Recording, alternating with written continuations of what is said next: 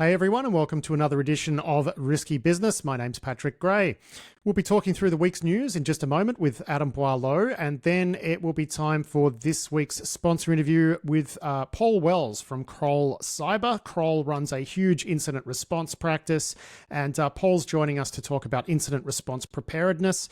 There are more and more compliance regimes demanding that organizations have some sort of incident response plan, and he's going to be joining us to talk about what really should be in those plans and, who's standing them up, who's benefiting, who's struggling, so on and so forth. That is coming up later. But first up, it is time to get into the news with Adam Boileau.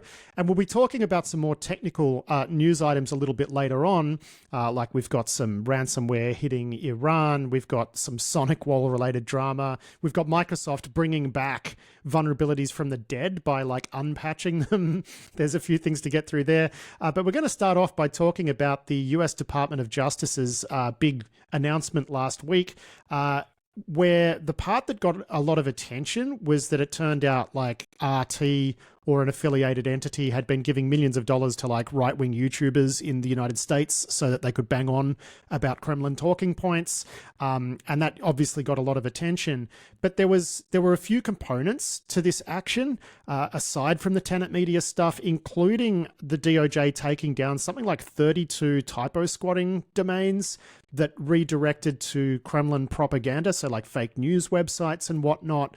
And this is just a huge action against Russian disinformation targeting the 2024 US presidential election. Yeah, the DOJ actually indicted a couple of RT employees for violating the Foreign Agents Registration Act and conspiracy to commit money laundering. They also recharacterized a couple of RT affiliates in the US as foreign missions, which kind of comes with a bunch of extra obligations in terms of reporting what they're doing and financial oversight and so on. Generally, it's must be pretty uncomfortable being RT in the US at the moment, and I think that's given their tendrils reach into all sorts of places, because RT's parent company, which is I think the largest media company in Russia, also controls Sputnik and a bunch of other things that repeat Russian talking points around the world. So pretty messy, and I guess given how involved they are in now we're seeing kind of how involved they are in working on the US election, kind of makes a bunch of sense. So we've got kind of technical aspects in terms of identifying where disinformation is being created, and we've also got interaction with kind of normal media that is amplifying those messages in the form of RT and other things like that. Yeah, I mean, we've seen Doppelganger, though, this is a group that's kind of tracked by the cybersecurity community, you know what I mean? Because they're often running networks of Twitter bots and all that sort of thing, or all those sort of things. And we've also seen sanctions applied against Alexei Alexeyevich Garashenko, Anastasia Igorovna Yermoshkina, man, I shouldn't have committed to reading those names, and Alexander Vitalyevich Nezhentsev. God, I'm so sorry to anyone who's Russian who's listening to that. But yeah, there's some sanctions against them for operating a pro-Kremlin hacktivist group known as Radit, which is Russian angry hackers did it. So I guess the point I'm trying to get at here is this is a huge blow to Russian disinformation efforts across a number of different sort of tendrils, right? Whereas it was just the tenant media stuff that got the attention in the mainstream media last week, which is fair enough, really, because that was pretty scandalous. Yeah, exactly. I think there's a $10 million bounty for information on some of the Russian angry hackers people. So a really kind of multi-pronged, multifaceted response from the DOJ. And I kind of hope it works, because, this information and influencing foreign elections is kind of rude. And yeah, they should not do it. Now, staying with all things Russia, a pro-democracy non-profit called the Free Russia Foundation is investigating an intrusion, apparently, and a bunch of its documents were leaked online. Gee, I wonder who could be behind that. Yeah, I wonder. They've attributed it to a group called Cold River, which is Kremlin sponsored, as you'd expect, and we're starting to see some of the data that was taken from them being leaked. And, there's a lot of communications in those mail spools and things that got taken that, could be a little awkward for people who've been interacting with, Russian outsider, opposition groups like this. And yeah, it's, it's a dirty tricks game, unfortunately. And I think the people behind this particular organization seemed to kind of understand that this was a thing that was probably going to happen to them at some point. Yeah, yeah. Hey, I wanted to just quickly revisit something we spoke about last week, which was a Chinese disinformation campaign targeting the United States election. It seems like, America's getting it from all sides at the moment. But we spoke briefly about the Graphica report into the Spamouflage group. And Elise Thomas, who is a senior OSINT analyst for the Institute for Strategic Dialogue, she got in touch with me to just share some thoughts after you and I had spoken about it. She said that, you had said, oh, well, they're just trying to create drama. They're not really picking one side or another. It actually looks like they might be, because they have seen right-wing pro-Trump accounts and left-wing anti-Democrat accounts using like the war in Gaza as a cudgel to beat them up with. But they haven't seen much anti-Trump activity, which doesn't necessarily in its own prove anything. But she did say the interesting thing about the Graphica report is it only looked at 15 accounts. And that's because Spamouflage, where you used to be able to sit down and spend a few hours and identify hundreds of accounts, now it's really stealthy. So they managed to turn up these 15 accounts that basically had zero interaction, but they just don't quite understand or have a feeling for how many accounts are out there. And that's partially because Twitter has sealed off that API access that disinformation researchers used to use. But it's also partly because the Spamouflage crew have just got better at being stealthy. So I thought that was worth mentioning. Yeah, no, it is interesting to see how the use of things like Twitter has changed as both the groups have got more mature, but also the platforms themselves change. And I think, was it one of the Wide World of Cybers where you were talking and you and Alex were talking about kind of how disinformation has changed and election security and things. And I just thought it was, the fact that this election is kind of different than the last couple where we had cyber or information leaks or hack and leak or whatever, it has changed every cycle. And this one is a little more, it is a little more subtle, a little more advanced, a little, less in our faces like it was back in the Guccifer, examples. Well, I mean, I remember that conversation because we were talking about the Iranian hack and leak targeting the Republican Party, and it just didn't go anywhere. And now we've got these big campaigns being rolled up. In 2016, the DOJ, I don't think, was really looking at this stuff, right? And I think that's something that's changed. The timing of this takedown too, a couple months before the election, they've clearly timed this to do maximum disruption at the most critical time. So that's why I wanted to mention it, because, it really does feel like things have changed. Yeah, I agree. And the election is as contentious as the previous ones. And, it's important that we keep a handle on, all the people who are trying to put their fingers on the scale in various different ways. Last week, we talked about how Starlink had its accounts seized by the Brazilian courts because it had refused to, because Twitter had refused to pay fines levied against it. Starlink was also refusing to ban or block X/Twitter. They have since capitulated. So Starlink is now blocking Twitter for Brazilian users, which is interesting because I spoke to a few people about this and they were like, there is no way Elon Musk and Starlink are going to backtrack on that. And they wilted. Yeah, I mean, I think in some ways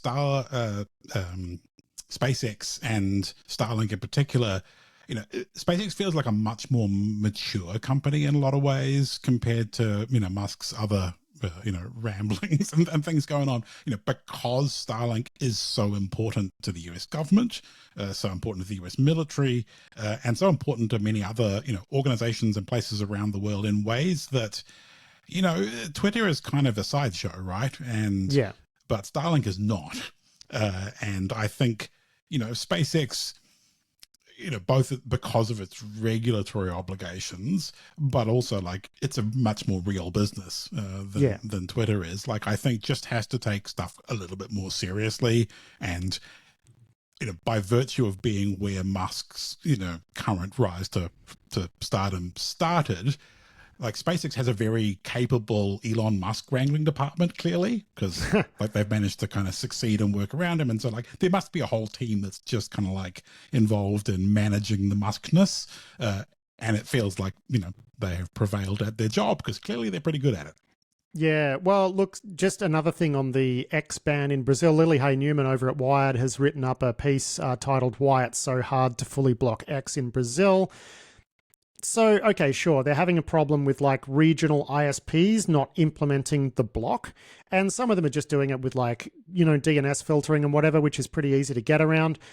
The reason I wanted to talk about this, though, is I don't think that really matters. I think for something like a social network, all you have to do really is disrupt it and people stop paying attention to it. There's going to be some really highly motivated people who still work to get around the block and whatever. But by and large, say you remove the top 20% most interesting accounts of people who can't be bothered messing around with, hosts files and whatever, you can pretty much call it a day at that point, especially when you've got the apps being removed from the app stores and whatnot. People can access it browser only. So, while I recognize that it's a, perfectly reasonable thing to write about and point out, which is that implementing these sort of blocks countrywide, they're far from comprehensive. I guess my point is they don't need to be. Yeah, especially for a social network, because as you point out, right, the value is the social part of it, and if the people aren't there, then the platform kind of becomes irrelevant. And it's interesting that to be able to technically block stuff like this, you really do have to have proper authoritarian level apparatus, like in a more distributed network, i.e., how it's kind of meant to work. It is hard to implement these sorts of things. So I was more interested in the technical aspect than you were, I think. But overall outcome wise, yeah, totally agree. What did you find interesting about the technical aspect, though? Because I'm as an ex-ISP nerd, like I'm always interested in how internet service providing works in other countries, and like the lack of a centralized infrastructure and all that kind of thing. Yeah, it's personal rather than any particularly good reason. Well, I think one day it's going to be harder, right? When you've got like TLS3 and like everyone's using a CDN, it's going to get harder. But again, I don't think that really matters if if you're blocking something that people prefer to use via an app and they have to, it just seems like, well, you just need to make it hard. You don't, it's not like the Brazilian authorities are scared someone might get on Twitter, and discover some huge secret. Exactly. It's just like, they are trying to disrupt it as a social network, and that's quite easy. Ban's still in effect. There were protests on September 7 in Paulista in Sao Paulo, big protests. And gee, how weird it is that Brazilians are protesting in Paulista Avenue. And I will say too, I played our segment talking about all of that to a couple of Brazilian friends, and they said it was good. But the one thing that they took issue with is when I said that Brazilians love to protest things, and they're like, "What about the Chileans?" And I'm like, "Yeah, well, I was talking in comparison to us." And they're like, "Okay, yeah, fair enough." Now, look, speaking of capitulation, as we did a moment ago with SpaceX, Pavel Durov seems to have had some change of heart about moderation policies. Gee, I wonder why. That came out of nowhere. The text on their website saying that they never respond to law enforcement requests is gone, and he's saying, "Oh, maybe we're going to do some moderation now." Funny that. Yeah, it is funny, and the proof will be in the pudding, because it's pretty easy to say those things, especially after you've had a slight run-in with the French authorities. Telegram is such a sprawling monstrosity, though, and they've got, famously few staff, so it is difficult to, to do content moderation well. But hey, given they're starting from we don't talk to law enforcement at all, like I guess they don't have to do much to appear to improve. We'll see. Yeah. We'll see whether that goes anywhere. You say it's one thing to say it, it's another thing to do it. But if he wants to avoid prison, he's going to have to do it, right? Like, this can't just be words, I think, given his predicament. Well, I certainly hope so. But when you're a very rich man, sometimes you have other options available than just doing what you should. So we will wait and see. It feels slippery, Yeah. One thing I wanted to point out too, both on Telegram and X, is that Telegram has removed channels previously, like pro-Navalny channels in the lead up to the last Russian election, gone, right? But heroin dealing and child sex abuse material are not so much. So that's just something to keep in mind. And also Twitter. Twitter censors the absolute crap out of content in India at the behest of Narendra Modi's BJP government, right? So, yeah, it's just pretty funny that this came to a head in Brazil, not India. I wonder why. Adam. These free speech warriors tend to be selective when it comes to authoritarian right-wing governments. It's funny that. Oh, and just one more thing on Telegram too, which is the US has just indicted 2 white supremacists for running a Telegram channel called Terragram, where they were soliciting the murder of federal officials and hate crimes and conspiring to provide material support to terrorists and all of that stuff. So yeah, just typical lovely Telegram stuff, right? Yeah, and facing up to 220 years in prison each if convicted on all charges. So pretty serious stuff. And fair enough too. Well, I mean, being a terrorist generally tends to attract prison time. So there you go. A quick follow-up to last week, you and I spoke about an attack that would allow people to use specialist hardware. Sorry, I should stop laughing. I know. This is the funniest thing, right? So we spoke about an attack that if you had 11 grand of specialist hardware and you could get physical access to someone's YubiKey and you had their credentials, you would be able to clone the YubiKey. And of course, we spoke about this last week and I was like, I don't think it's that big a deal because you can't do it over USB remotely and whatever. But they should fix it, et cetera, et cetera. Matthew Garrett has posted to Mastodon, why clone a YubiKey when you can simply steal it and leave an identical looking one that just doesn't work, and then the user is just going to be confused for a bunch of time without realizing someone else has their 2FA token now. And when you posted that into our Slack, my reaction was, oh my God, we're idiots.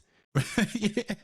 I mean, the dumb thing is, he's exactly right? Because, I mean, YubiKeys and U2F in general are so new and shiny that it just not working for some reason 100% feels normal. I mean, it's rare that it doesn't work, but totally believable. And my YubiKey's broken. Oh, well. You'd be sitting there scratching your head going, oh, well, I guess I put it too near to something in my pocket, or the cat chewed it, or, my toddler shoved Play-Doh in the USB hole, or whatever else, right? There's a million reasons why it might just stop working, and all way more effective than having to decap it, put a magnetic, kind of induction probe over some particular part of the circuit and do timing attacks and whatever else, and then repackage it. And no. No. Yeah, it's funny, actually, the same day that you'd posted that, I had a conversation with, Dmitry Alperovich, good friend of mine, originally a co-founder of CrowdStrike, now does other stuff. But he asked me, what do you think about this YubiKey thing? And I said, well, maybe you should listen to the podcast, Dmitry, was the first thing I said. But I said, I gave him I shared my thoughts with him and then said, but, Matthew Garrett pointed out that you could, do this. And it was really funny because he had the same reaction where there was a pause of about 2 seconds and then he just was laughing his head off because he's like, oh my God, that's so true, why do we overcomplicate these things, Why do we do it? And that's just, we've got one way to solve problems, and that's with complex nerd stuff. Yeah, exactly. It reminds me of the old, Rubber Hose XKCD comic. Yeah, exactly. Which is why break someone's encryption when you can just beat them with a rubber hose and get their passphrase. Thank you, Matthew Garrett, for the comedy. Much appreciated. Very good. Very, very good. Now we're going to look at a story from Politico about Iran having to pay millions of dollars to a ransomware crew after they targeted a company that provides a lot of services to the Iranian banking sector. Walk us through this one, Adam, because it is pretty interesting.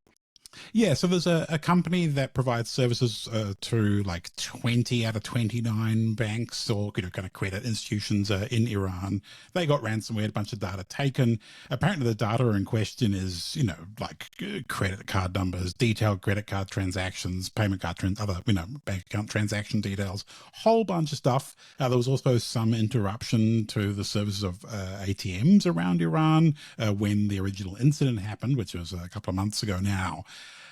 And the reporting is that the company not only has decided to pay, but they were encouraged to pay by the Iranian government, who feared the fallout, because Iran's financial system is under a lot of pressure after many, many, many years of sanctions and other complexities. And they were just kind of worried about the impact that it might have. The firm has now started paying the ransom in installments, which also pretty grim, having to hire. They accept a payment plan, huh? Yeah, which, not great. And the blockchain kind of supports a bunch of money being paid. I think $3 million so far, or something like that. So I just thought it was interesting because of that kind of the nuance of it being sufficiently bad that they were encouraged to pay by their own government. And Iran just being kind of, that kind of fragile in some respect because of all of the other pressures that they face.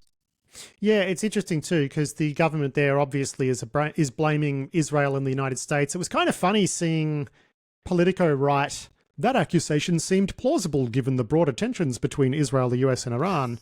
But then they go on to say, they spoke to people who are familiar with the hack and they don't think it's affiliated with the US or Israel, which, I would love to see the US going off and ransomwaring a bunch of Russian organizations, given that the Russian government's doing nothing about this. But I don't think it's a non-starter, right, legally. Yeah. So I think that accusation is not plausible, personally. But you do wonder what the Iranian government response post-incident's going to be, because they've definitely got a capability. They've got very capable hackers. What does Release the Hounds look like? What does that sound like in Farsi, right? Yeah, that's a great question. I don't know. And I mean, be great podcast content at the very least. But yeah, who knows? And, we did briefly have a story that was in an earlier version of the run sheet. We decided not to put it in, where someone had ransomed the area around the GCHQ, and we were laughing about like, well, I hope someone checked the map, of where that was after they deployed, or before. Ideally, before you deploy the ransomware, check the map. But I mean, I do wonder if you're the group that did this in Iran, how you feel about spending the money that you're getting, because it might be, your life might not last super long, so who knows? Well, where are these attackers based, right? So if they are based in Russia, for example, I mean, Iran is really helping Russia with its war in Ukraine. In fact, today the news was, I woke up listening to a radio bulletin, and Iran has just provided a whole bunch of missiles to Russia. Now, if you've got Russian ransomware actors doing this sort of thing in Iran, that's going to get picked up at senior levels of government, and there's going to be action taken. So I think if this crew are Russian, and I've got no idea if they are or not, but you would think if they are Russian, they're in deep doo-doo. Yes, I would imagine so. I would not want to be the person who did this if I lived in Russia. If it was Ukrainians, then maybe it's a different story. I don't know. But yeah, who knows? But I don't know. But I guess the point is ransomware affiliates are not always known for looking at the map and thinking geopolitics whilst they're in the middle of dropping. Yeah. I mean, if you are a Ukrainian ransomware operator, I mean, maybe Iran's a good place to go, right, at the moment. Maybe, so yeah. Just some thoughts. We got a write-up from AJ Vicens over at Cyberscoop about 4 men from Delaware being charged for their involvement in a sextortion scheme. They made nearly $2 million out of this. I think there's been some other suspects either indicted or picked up who were based on the Ivory Coast, I think. Just wanted to talk about this one because this has turned into such a big crime. Right? Like this happens so much now, and it's really ramped up over the last couple of years. This is something Elise Thomas has talked about a lot. It's something that he used to see when working at Facebook. It's an absolutely despicable crime. Basically, people will approach, young men, young women, eventually gain their trust, get them to send some nudes, and then blackmail them with those images. And we've seen a lot of suicides as a result of this crime type. So it is good to see some indictments here. But, I do wonder, I do question the wisdom of Meta enabling E2EE by default for Facebook accounts when we've got crimes like this happening, because it sort of locks them out of being able to do anything about it. And I do kind of wonder if that's one of the reasons they've done it, where it's like, well, it's not our problem. We got no visibility there. And sure, they can use metadata to detect things like older people befriending younger people and things like that. And that's a really reliable indicator for certain types of predators who use social media to identify their possible victims, their targets. But when it comes to this stuff, usually it's someone running an account that is, posing as another young person. That metadata detection might be less reliable. And they don't have any visibility into those comms. I mean, there might be some safety features they can build in there, but the whole thing's just so horrible. And I understand that we really do want to have a situation where people's private conversations are protected.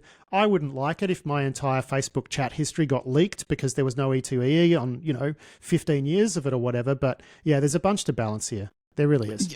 Yeah. I mean, these issues are unfortunately complicated, and it's especially tragic when it also involves young people and, and people end up taking their lives because of the pressure that they're under. And, these are, the solutions to these problems are, never 100% technical or 100% social, right? There is a blend of both of those things. And, there's an education aspect as well, right? I mean, people have to be a little bit more cautious, unfortunately. Like, we don't want to blame people for, starting relationships and having fun, but it's just, these are wicked problems, right? And there isn't an easy, simple way to deal with them, sadly. No, there's not. But, taking a few of them and putting them in prison, it's an excellent start. Good plan. Now, Suzanne Smelly has a great report up for The Record where the Colombian president is apparently looking into allegations that the previous administration there sent $11 million in cash to Israel in 2 tranches to pay for NSO group software that was then used to sort of spy on the political opposition, which is the people who are now in power. So they're obviously displeased with this. I think it's interesting the way this came to light, which was the Israeli banks kind of reporting this as saying, well, hang on, this is a bit weird. This is tied to NSO group activity, and they kind of flagged it. But this is turning into a bit of a scandal in Colombia. Yeah, I mean, I guess you'd kind of hope that, a Learjet showing up with, $5 million in it or something, and then what, you go to the bank branch and deposit it? Like, I don't know how it works. Like, maybe I'm a bit simplistic in my, international illicit payments techniques, but like, you'd kind of hope that would ring some alarm bells or something. But yeah, it's interesting seeing, the number of jurisdictions around the world where a change of governance happened, and now investigations into spyware are ongoing. And it's kind of heartening in a way to see some of the fallout of buying the software. Because, I mean, we've had NSO Group and other vendors, for so long saying, well, the stuff we only sell to legitimate organizations or legitimate governments or whatever else. But, it's just, there's very few legitimate use cases for this kind of stuff. And I'm happy to see I wouldn't say there's very few legitimate use cases. I'd just say there also happen to be a lot of illegitimate use cases, right? Yeah, I guess I mean like a few by unique type, right? I mean, in quantity, there are plenty of law enforcement cases where, you want to investigate crime types, that involve technology, but there's just, there's not, law enforcement using it for legitimate law enforcement things. Okay. Yeah, I mean, there's so many interesting things to this. As you say, like, it is interesting watching this play out. I'm kind of surprised actually that it's wound up this messy for NSO Group and by extension for Israel. We even saw that when one of the lawsuits was launched against NSO Group, Israeli government people turned up to NSO Group's offices and seized a bunch of documents. And initially, I discussed that in one of the Seriously Risky Business podcasts with Tom Uren. And, our take was that, Israel was keen to avoid embarrassment. But I since had a conversation with a friend of mine in Israel who said, look, it's less about embarrassment and more about the fact that the Israeli government was providing this technology to a bunch of countries in the region that it hasn't historically been aligned with, right? And this is part of its diplomacy in the Middle East. And if it were known that the Israeli government was providing technology to some of these states, it would be awkward politically for those states, which is why they went and seized a bunch of documents. So it's less about just general embarrassment and damaging relations with the West, and much more about damaging regional alliances that they bolstered by sharing this technology with them. And I thought that was really interesting. Yeah, I mean, I guess it underscores like how complicated that region of the world is. And, we kind of want Israel to be building relationships with its neighbors. It's unfortunate that shilling spyware to them is the way to do it. But you can kind of see, like, big picture, we do want to encourage them to trade and interact and have relationships with each other. It's just, can you sell them couscous instead of NSO group spyware or something? That would be nice. Yeah. Dear. Yeah, it's all a bit of a mess over there, and we're not getting into that. No, Exactly. But yes, I think, Adam's extremely controversial message is it would be nice if there were peace in the Middle East. And, I wholeheartedly agree. But look, staying with the spyware stuff, and, another one of the countries where there's like this, incoming government has come in and is looking back at the prior administration's use of this sort of technology is in Poland. And we've got a story here. Catalan covered it this morning for Risky Business News, but Poland's Constitutional Tribunal has ruled that a parliamentary commission investigating the use of Pegasus spyware is unconstitutional. But what's interesting here is this constitutional tribunal is like stacked with political appointees who are put there by the previous party, and it's not really doesn't really have say, shouldn't really have much say over what the courts are doing and whatnot. And it's just turned into this absolute mess where the previous government, members of that party are doing everything they can to shut this down. And I doubt they're going to succeed, but it's just another case where we've got, the story from Colombia, story from Poland. I think we've seen similar moves in Hungary. Have we? Oh, maybe not Hungary yet. I don't know. It's a mess anyway. Yeah, I think Greece went the other way because the government that did it is still in power. So they decided that they had done nothing wrong and everything was fine and all of the spyware is great. So, I mean, I think Hungary and Greece might be next. Yeah. Maybe not now, right? Yeah, exactly. Interesting stuff there. Now, a technical story this week. John Grieg has written this one up for the record. CISA has warned about a SonicWall bug being exploited to drop ransomware. And look, I'm going to talk a little bit after you're done explaining this story about what I think this means for us, what this type of story means for us. But yeah, what's the go here?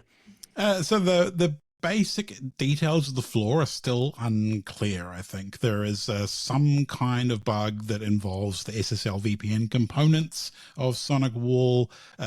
They had described it as like an access control flaw, but CVSS 9.3, anything that's internet facing that ransomware crews are using, it's a dot slash, isn't it? It's a dot slash. Don't particularly matter, I guess. But yeah, if you've got a SonicWall, you're having a bad time. So yeah, that's been used in the wild. CISA has put it on the KEV list. This patch is available, etc. But pretty standard issue SonicWalling, unfortunately. Yeah, so I guess for me, the big lesson that's coming out of these types of things, which is edge devices getting owned, there's a big thing happening right now where companies are reevaluating remote access. And that's through things like virtual desktop infrastructure is all getting yeeted.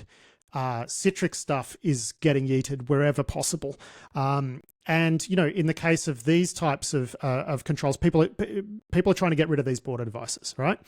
So there's all sorts of new approaches to this. This is like as a result, I think, of the big work from home push that happened during COVID. We're finally getting to the point where we're starting to re-architect the way that we do this. And stuff like this, in my view, doesn't really have much of a future, right? Stuff like Citrix, stuff like VDI doesn't really have much of a future. We're starting to move to actually zero trust instead of the zero trust that we got which was firewall vendors saying, we're zero trust. It's like, no, you're a VPN, right? Yeah. So what I mean by that is we've got companies like, and I will talk about a couple of sponsors now. I hope people don't mind. But, Island, the browser, is being used a lot by companies that are getting rid of virtual desktop stuff, right? Which, when you think about it, is a surprising use case for an enterprise browser, but makes a lot of sense once you look at how people are deploying it, right? Because you can lock web application access to this browser. There's a lot of controls you can put around it. You can even do endpoint health checking and whatnot. So it's really useful as a replacement for VDI, and that's where they're winning a lot. And then there's other companies like Knock Knock that I'm working with quite a lot, actually, and I'll have more to announce on that in the future, where they're able to put just network controls around pre-existing infra, like your SonicWalls, like your Palo Alto gear, like your Fortinets and whatever, so that unless you're authenticated via your IDP, you can't even get to the port, right? So we are seeing, I think, a huge shift away from VPNs at the moment, finally. After so many were bought and installed in 2020 just because everyone needed that quick solution, finally we're moving to much more sort of genuine, like zero trust thinking. And I think that's a positive. It's a shame, though, that so many people are going to have to get owned through their SonicWalls, etc., until that happens. But yeah, this is the big shift right now. I'm not sure if you've seen much of that, but this is something I'm picking up on big time. Yeah, no, it makes a lot of sense, because VDI was always a terrible solution that solved a problem, and that problem was in part, how do we sell people more expensive on-prem virtualization solutions back when those were new and exciting, and partly because managing client-side devices and patching them and all that was difficult, and people thought that bung it in the VDI, now it doesn't look like it's a problem anymore, even though all of the old problems still existed and all hackers were entirely happy with VDI worlds, because now we've got twice the attack surface to go after the real desktops and the virtual desktops. So it makes, we are due for a correction on VDIs, and network appliances and things on the edge have just always been terrible. They were just not really very visible. And so, if you got hold of any Fortinet appliance or any other, like a SonicWall or whatever, it's got to the point where you could kind of jailbreak it, get a shell on it, you would inevitably find hilarious bugs that you could use to go about your business as an attacker. So this correction is pretty long due, and real zero trust was too expensive for most people to do in one go. And the cloud ecosystem kind of needed to catch up, right? Microsoft 365 and all of the app stack in the cloud there has made it viable to do such a large percentage of your work without having to have a VPN, without having to have traditional remote access infrastructure. So yeah, I would be happy to see no more SonicWalls and no more Fortinets. So yay. Finally, this week, we're going to talk about Microsoft managing in the right direction. Yeah, managing to actually unpatch a serious bug. Womp womp. Yes, so this was a bug from 2015 in Windows that had been exploited in the wild back then, was patched, and then due to some kind of flaw in Microsoft's patching systems, they're a little bit unclear. Basically, they say the build numbers got into a range where it stopped working, which sounds like something, some number got too big. I don't know. Maybe there was I can't even speculate at quite how you ended up in that circumstance. But anyway, they ended up basically reverting a patch for this bug for a particular version of Windows 10. And now they've had to put out an advisory and say, well, it's exploited in the wild. Kinda like it was once exploited in the wild, but not yet for the new incarnation of it. So that was part of Microsoft's Patch Tuesday for the month. They fixed a few other 0 days. And there was some bugs in, there's a mark of the web bypass from publisher, and there's some other bits and pieces as well. Yeah. So normal sort of stuff. Plus, of course, everybody else has been Patch Tuesdaying. So, time to apply those. But everybody who listens to this already Patch Tuesday, so I don't know that we need to remind them too hard about that. But yeah, that Microsoft bug it made me chuckle, and it's nice to read some comedy in a Microsoft, security advisory for once, instead of just smacking your head in your hand and weeping. Yeah, you do realize that this happening means that Unpatched Tuesday is actually a thing. Unpatched Tuesday. Microsoft actually had an Unpatched Tuesday. But mate, we're going to wrap it up there. Thank you so much for all of that. It's great to talk to you as always. And we'll do it all again next week. We certainly will, Pat. I will talk to you then. That was Adam Boileau there with the check of the week's security news. It is time for this week's sponsor interview now with Paul Wells, who is an incident responder with Kroll Cyber, which has a huge incident response practice. And he joined me to talk about incident response preparedness. More and more compliance regimes are demanding that organizations have incident response plans. So it's a thing that people are doing now and really thinking about. So he joined me to talk about all of that. And he started off by explaining, really in basic terms, what should be in an incident response plan. Here he is. Incident response plans shouldn't be complicated. You don't want an 100-page volume of information that gives long, flowery descriptions of everything, but doesn't really give you sort of a key understanding of what you need to do. When we're helping organizations put incident response planning documentation together, I really encourage people to try and keep it as succinct as possible. Keep it to the key information that they need. So really it's having to hand the information of the third parties you're going to rely on. So whether that's your incident response provider, whether that's your lawyer, whether that's your insurer, making sure you've got all that information to hand, and then having key actions to take during each of the phases. So, what are the actions you need to take the moment you discover an incident? Who do you need to call? Whose responsibility is it to make those calls? So those right. So you want to have a bit of a just the basics there, which is like our incident responder is this person, this is their phone number, really down to that basic level of information. And I'm guessing the technical checklist would be more along the lines of doing things like isolating the backups immediately, and I don't know. I mean, yeah, you tell me. You're the expert, man. Yeah, absolutely. From a technical side, it's having the backups and having the backups tested as well. We so this is pre-incident. This isn't part of the response playbook. This is more in the lead up to an event, which will hopefully never come.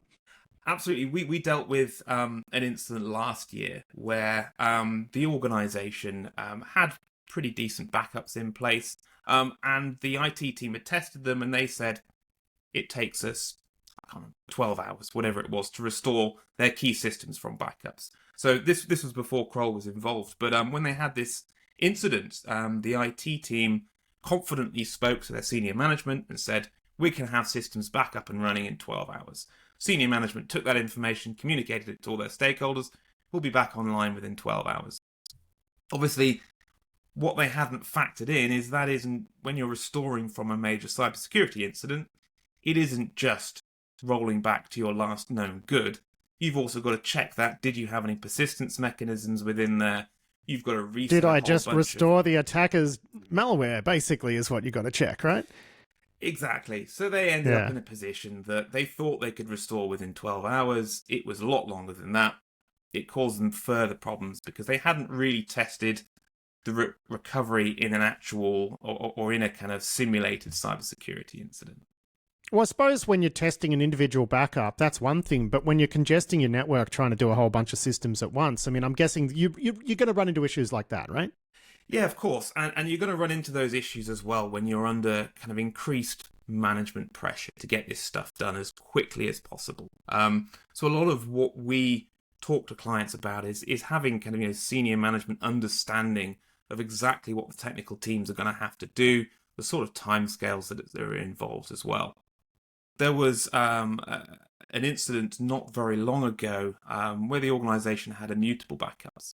So they should have been in a pretty good place in terms of restoration.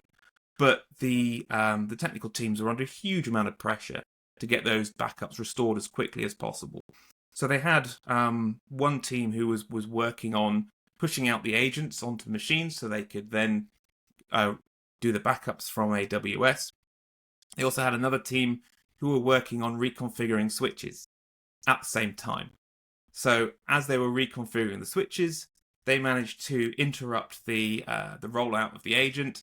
That ended up corrupting the secret key, which then replicated up to AWS, trashed the entire backup system. So they actually, because they were trying to run their backup service quickly without really thinking it through and planning properly, they actually were in a worse state than they would have been due to the ransomware.